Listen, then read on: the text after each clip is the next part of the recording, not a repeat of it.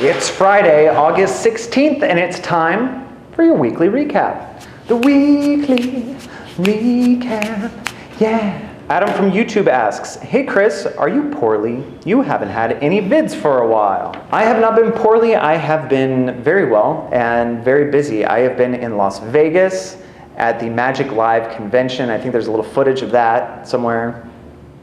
Hey, what's up everybody? It's Chris from Magic Geek. I'm here at Magic Live and it's crazy. There's so many cool people, magicians and stuff here. I'm going a little nuts. So that was pretty much what I did. I just did takes of that over and over again until I got it right. That was my whole week. I got to meet a lot of really cool magicians. Some I've heard of before, some I was just meeting for the first time. There were a lot of young magicians there that were incredibly talented, and it was very fun getting to meet you and talk to you about magic. It's awesome. So thanks for including me in that. That was fun. Sorry about all the background noise in today's weekly recap. Unfortunately, we're doing a little bit of construction and rearranging, so everything's a little bit messy and crazy here. In fact, you should take a look at this over here. This is the magic set, the backdrop for all of our demos, and it's pretty empty because we're moving it. So just thought you might want to see that because it's kind of weird. It's all gone. Missing. Lachlan Magic from YouTube. This is for Losander, if he's there. What are some good beginner introductions to IT and what should I start out with? Thanks, Lachlan. Losander was there and I did get a chance to talk to him about IT, in particular Levitation, and he gave some excellent advice on Levitation. And here it is, right here. Hi, my name is Losander. If you ask me what's the most important thing of Levitation, first of all, there's a golden rule. When the object moves, you do not move. And when you move, the object doesn't move. If you have that, it will be a perfect levitation. And then, of course, levitation is all about not controlling anything. It's about letting go. You visualize yourself the observer. You're just looking at the object. And when the object floats, you look at it as just as amazed as the audience is, and you don't control it, you just guide it into the right direction. It's almost like a wildfire. You cannot stop the fire, but you can make sure maybe it doesn't reach the village. So what you do is like, same thing. You're in between the audience and the object what floats so that nobody gets harmed when it floats, and you just guide it into the right direction, but you do not control it. You let it have its own life, and only then it's a real levitation. How about that, huh? You ask Chris a question, he gets Losander to answer it. Boom! That was a high kick. That really hurt. I want to say a big thank you to Losander for doing that. That was really neat. I asked him the question, and he just got really passionate about it and wanted to shoot the video right then and there. He's like, yeah, I'll answer your question right now. So that was really from the heart. That was awesome. I really appreciate that he did that, and I appreciate you for asking the question. AAA Frame Guy from YouTube for Chris. Do you have any idea when Photo Booth will be released? If so, when? There will be more information on Photo Booth in the near future. Right now, I'm not entirely sure when the release date will be. I do know that it's amazing, and I'm really proud of it, and I'm really excited to share it with everybody. I'm sure it'll be out this year, hopefully before Thanksgiving. That's kind of my hope.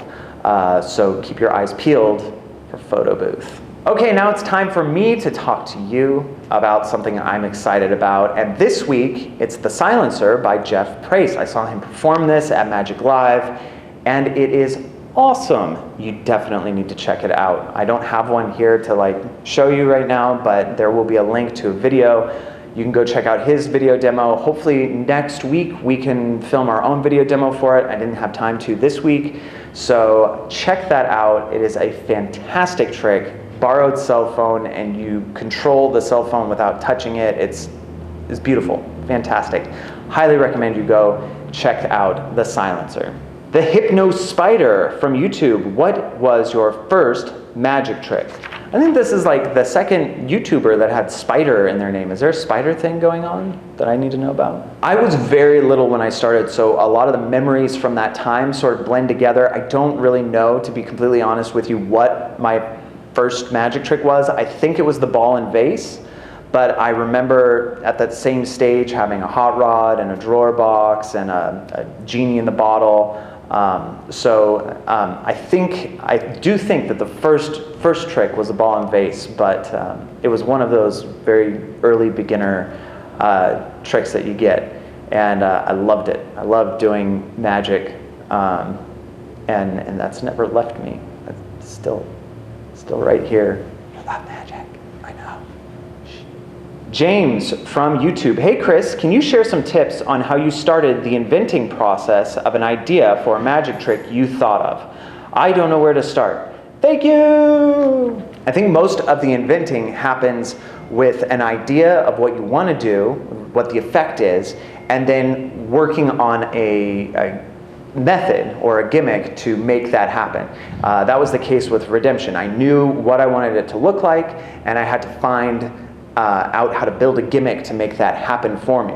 I personally don't believe that the inventing process stops there. I think you should continue to toy with it and play with it. You might come up with better routines or better options, better effects with the gimmick that you come up with than you could have possibly imagined. So I think it goes both ways. You can invent a gimmick and figure out what the routine is, or you can come up with the routine and figure out what the method is going to be. All right, this week I wanted to kind of take it back a notch and give away something that I think is really cool and make it pretty easy to get. So this week we've got a Magic Geek Flex Fit cap. This is a really cool cap. You can't get these anywhere. You can't buy them. They are not for sale. You can only win them. And for this, all you have to do, this is so easy. You have to do it. Go to Magic Geek's Facebook page, not mine, not the Chris Ballinger one. There's the Magic Geek one. Go there and write on the wall, Magic Geek Rocks. At the end of the week, we'll pick one person out of a hat that has done that, and you get the hat that it was pulled out of. So Magic Geek Rocks, just type that in before next Friday on the Magic Geek wall on Facebook, and your name goes in the running for this awesome Flex Fit cap. All right, that's all the time we have for this week. I want to thank you very much for watching the weekly recap. Next week, we have a very special guest. My daughter Bailey is going to be with us, so please ask nice questions for her or for me, and our topic is going to be performing for children. So I thought that would be nice because she's a kid.